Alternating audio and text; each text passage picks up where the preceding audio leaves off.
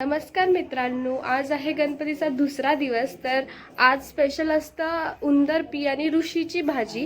तर आजच्या ब्लॉगमध्ये आपण बघणार आहोत कुठली भाजी असणार आहे आणि उंदरपीसाठी जी तांदळाची खीर केली जाते त्याची रेसिपीज पण बघणार आहोत.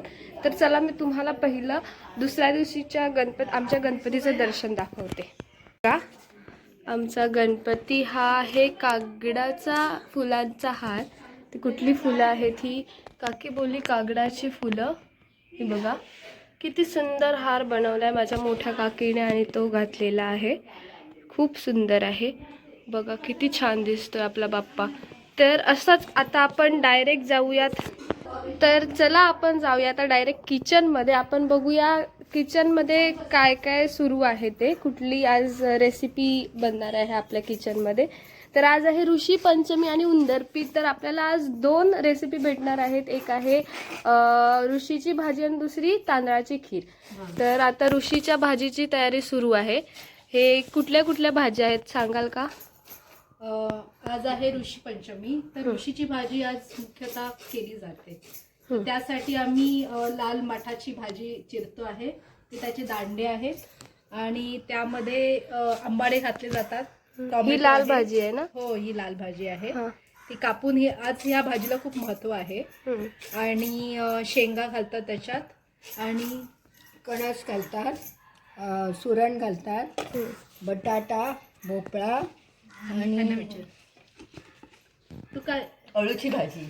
ही आज आम्ही ऋषी पंचमीला अळू घालतो त्याच्यामध्ये. हा, आणि हे लाल भाजीचे दंडारे असतात. हे दंडारे टोमॅटो घालणार, मग मिरची थोडीशी घालणार, चिंच गुळ घालणार आम्ही. ही माझी निकिताई आहे, ही माझी काकी आहे आणि ही माझी मोठी मम्मी आहे. तर मोठी मम्मी तुम्हाला रेसिपी दाखवेल ऋषीची भाजीची आणि तांदळाच्या खिरीची. आता आपण बघूया पुढच्या स्टेप मध्ये काय काय करणार आहोत आपण.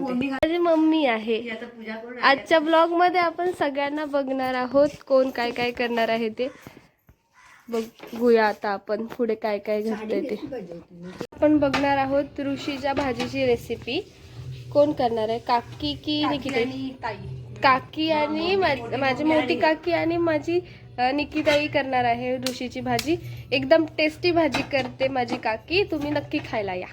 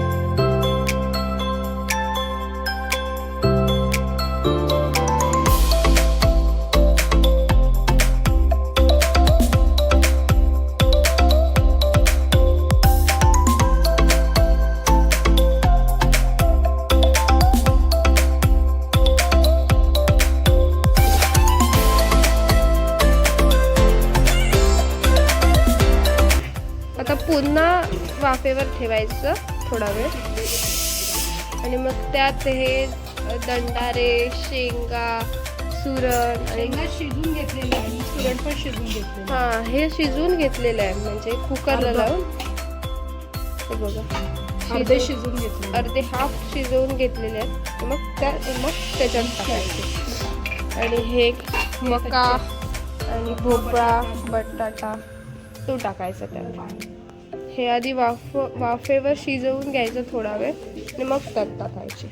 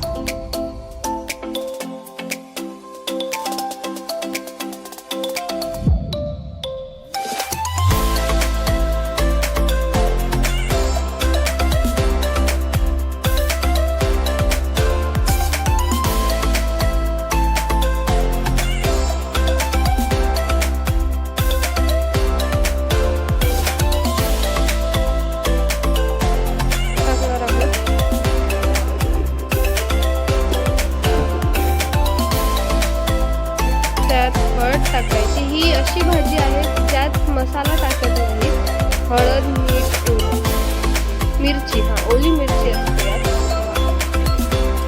आणि त्यात आपण खोबरं वाटून टाकणार, ओलं खोबरं.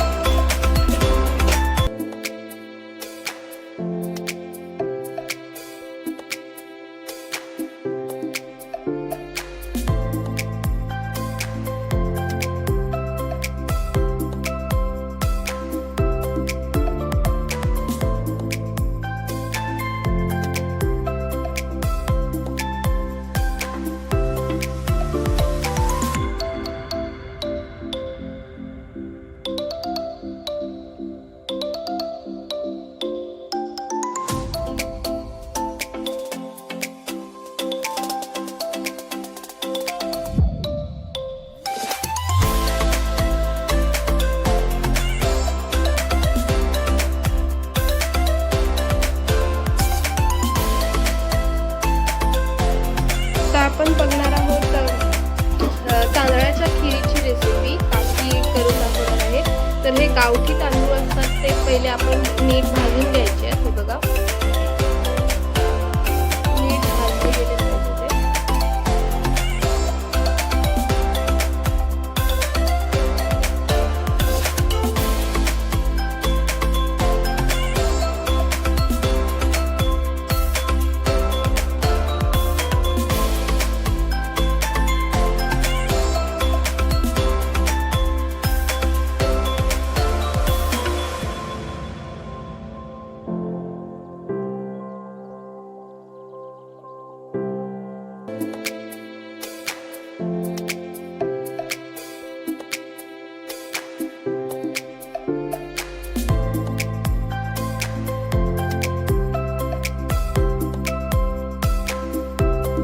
तांदूळ चांगले हे कुकरला आपण लावलेले आणि चांगल्यापैकी आता शिजून आलेले आहेत. आता आपण ही खीर टोपात शिजवूया. नीट मिक्स करून घ्यायचं.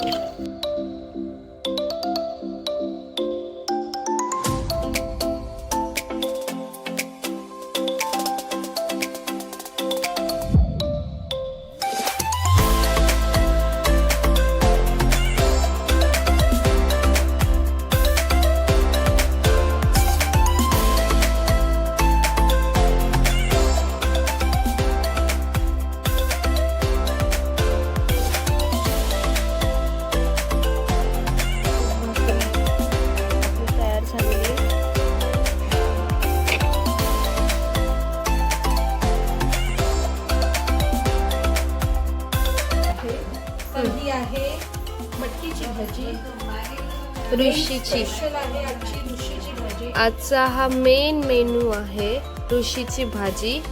नेक्स्ट वरण, भाकऱ्या, कोशिंबीर, खीर आणि तांदळाची खीर तांदळाची खीर आणि आणि भात. आता आम्ही नैवेद्य दाखवणार आहोत. हे बघा, नैवेद्य दाखवलाय, किती छान. हा नैवेद्य आहे तो उंदरासाठी आहे, कारण आज उंदर पी आहे. उंदीर मामा की जय. गजानन महाराज, गजानन महाराज किंवा गणराजा, आज तुमचा सिंदरकर कुटुंबाने सगळ्यांनी तुमची सेवा चाकरी केली असा, त्याचप्रमाणे ह्यात नैवेद्य ठेवला असा, तो मान्य करूची अशीच वर्षानुवर्षी सेवा चाकरी करून घे. सगळ्या प्रत्येकाची मुला बाळा असत, त्या सुखमत्राग ज्या ज्या ठिकाणी जातील मुला वगैरे, त्या ठिकाणी तुम्ही सहाय्य देऊन हाक मारतील, त्या ठिकाणी सगळ्यांना सहाय्य देवचा अशी विनंती विनंती पावाचा. अशीच एकत्रपणा सिंदरकर कुटुंब एकत्रपणा येऊन तुमची सेवा करून घ्यायची अशी सांगण्यात पावाचा. तसेच संभाळ कर देवा घराचा. होय महाराजा. हे घे, तू तिकडे जा.